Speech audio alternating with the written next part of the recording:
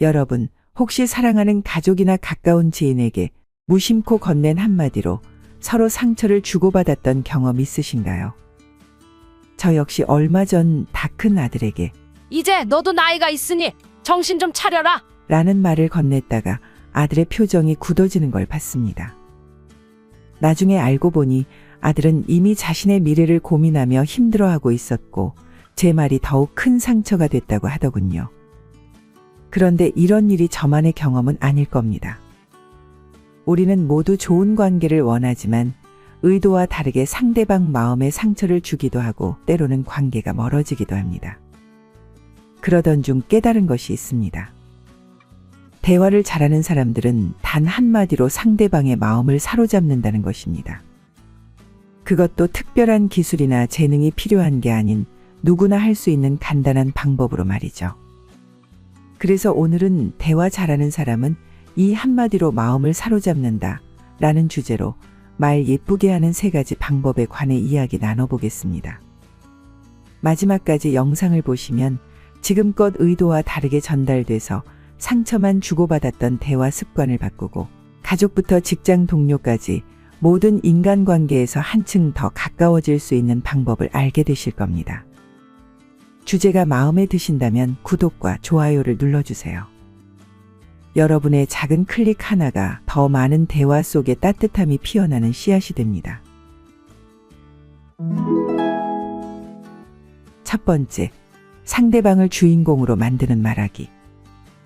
얼마 전 한 모임에서 만난 두 친구의 대화가 기억에 남습니다. 나 요새 허리가 너무 아파서 움직이기가 힘들어. 우리 나이 되면 다 그래. 나는 허리랑 무릎이 다 아파. 이 대화를 듣고 계시던 한 어르신께서 이런 말씀을 해주셨습니다. 말버릇 하나로 관계가 달라질 수 있어. 나도 젊었을 때는 나로 시작하는 말을 많이 했는데 그러다 보니 주변 사람들이 하나둘 멀어지더라고. 우리는 대화를 나눌 때 자연스럽게 나를 중심에 두고 말합니다. 그건 별거 아니야. 나는 그것보다 더 힘들었어. 이런 말들이 얼마나 상대방의 마음을 닫아버리는지 모릅니다. 팀장으로 일하시다 퇴직하신 한 어르신의 말씀이 생각나네요. 처음엔 내 경험을 들려주면 도움이 될 거라 생각했어요. 누군가 힘들다고 하면 내가 더 힘들었던 일을 이야기했죠. 그런데 시간이 지날수록 직원들이 저를 피하더라고요. 나중에야 깨달았어요. 내가 남의 말은 듣지도 않고 내 얘기만 늘어놓고 있었다는 걸요. 이처럼 우리는 대화할 때 자주 사물이나 나 자신의 초점을 맞추곤 합니다. 예를 들어볼까요? 누군가 이번에 새 차를 샀어요. 라고 말했을 때입니다. 보통은 이렇게 답하죠. 어떤 차예요? 얼마 주고 사셨어요? 연비는 어때요? 이게 사물 중심의 대화입니다. 또는 이렇게 말하는 분들도 계시죠. 아, 그래요? 우리도 차를 바꿔야 하는데. 이건 다시 나 중심의 대화가 되어버립니다. 하지만 이렇게 말씀하시면 어떨까요? 아, 잘 됐네요. 이제 멀리도 다니시고 좋은 추억 많이 만드시겠어요. 이게 바로 상대방을 주인공으로 만드는 대화법입니다. 이렇게 상대방을 중심으로 대화하면 신기하게도 대화가 술술 풀리죠. 특히 말을 예쁘게 하는 사람들은 칭찬도 상대 중심으로 합니다. 제가 지난 주말 백화점 식당가에서 밥을 먹었는데 옆 테이블에서 어머님과 딸이 식사를 하고 계셨습니다. 음식이 나오자 딸이 이렇게 말하더군요. 엄마가 추천해준 메뉴라 그런지 정말 맛있네. 엄마랑 같이 먹어서 더 맛있는 것 같아. 그 말을 들은 어머님의 얼굴에 환한 미소가 번졌죠. 단순히 여기 음식 맛있다. 라고 하는 대신 엄마 덕분에 함께여서. 라는 말을 더했을 뿐인데 그 식사 자리가 더욱 따뜻해 보였죠. 또 어느 한 회사의 김 대리가 사원의 기획안을 보면서 말했습니다. 적은 예산으로 퀄리티 있는 기획안이 나왔네요. 칭찬처럼 들리지만 사원의 표정은 그저 그랬습니다. 반면 옆에 있던 최 대리는 이렇게 말했죠. 적은 예산에도 불구하고 이렇게 좋은 결과물을 만들어내셨군요. 정말 고생 많으셨어요. 그러자 사원의 표정이 확 밝아졌습니다. 같은 상황, 같은 의도였지만 말하는 방식에 따라 받아들이는 마음이 완전히 달라진 겁니다.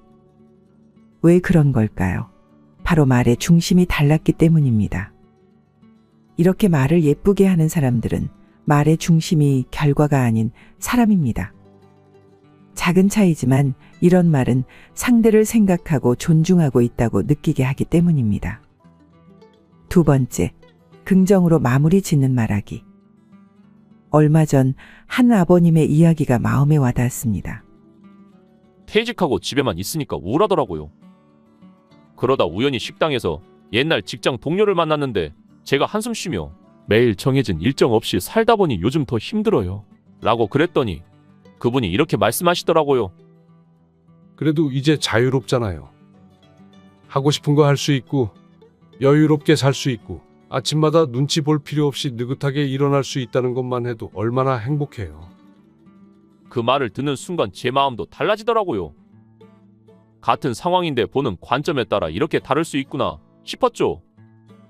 우리는 살면서 수많은 힘든 순간을 마주합니다.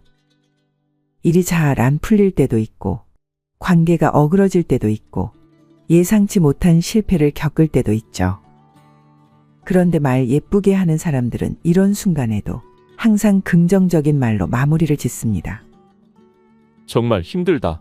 에서 그치는 것이 아닌 힘들지만 이런 경험도 나중엔 도움이 되겠지?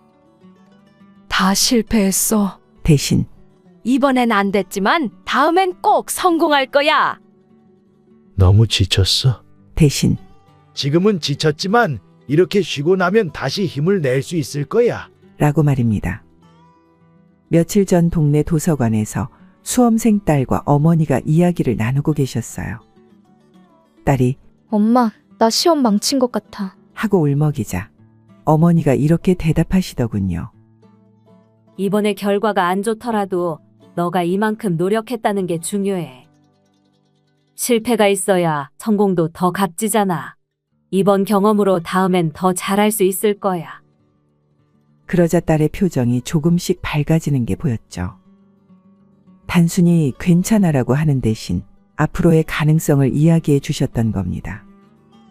힘든 상황에서도 긍정적인 말로 마무리하면 그 상황을 바라보는 시선 자체가 달라집니다.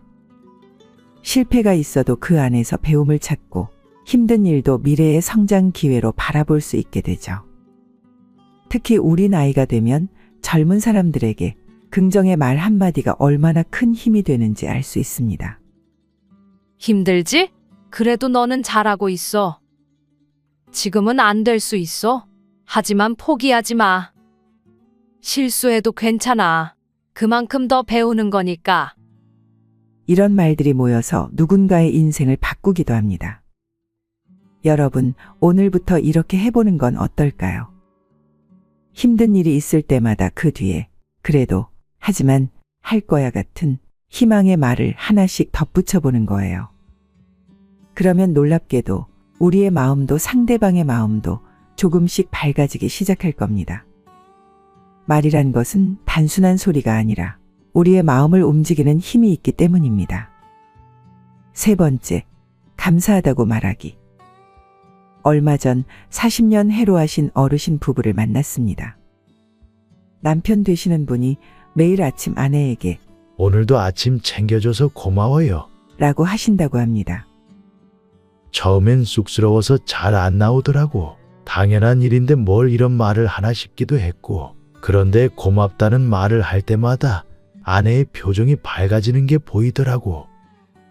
이제는 습관이 됐어. 매일 고마운 마음을 전하다 보니 우리 부부 사이가 전보다 더 좋아진 것 같아. 여러분, 우리는 살면서 얼마나 많은 도움을 받고 있을까요? 아침에 일어나서 잠들 때까지 누군가의 배려와 관심 그리고 도움 속에서 살아가고 있죠. 하지만 이런 일상적인 도움 속에 고맙다는 말을 얼마나 하시나요? 밥 차려줘서 고마워. 청소해줘서 고마워. 오늘도 열심히 일하느라 수고했어. 이런 말들이 쑥스럽고 어색하게 느껴질 수 있습니다. 당연한 일인데, 매번 하는 일인데, 굳이 말해야 하나? 하지만 말 예쁘게 하는 사람들은 이렇게 말합니다. 매일 하는 일이라도 그래서 더 고맙죠. 당연한 일처럼 보여도 누군가의 수고가 담겨 있잖아요. 작은 도움이라도 그 마음이 참 고마워요. 제가 지난주에 버스를 탔는데 한 아주머니께서 버스 기사님께 이렇게 말씀하시더군요. 매일 안전하게 운전해 주셔서 감사해요. 오늘도 조심히 운전하세요.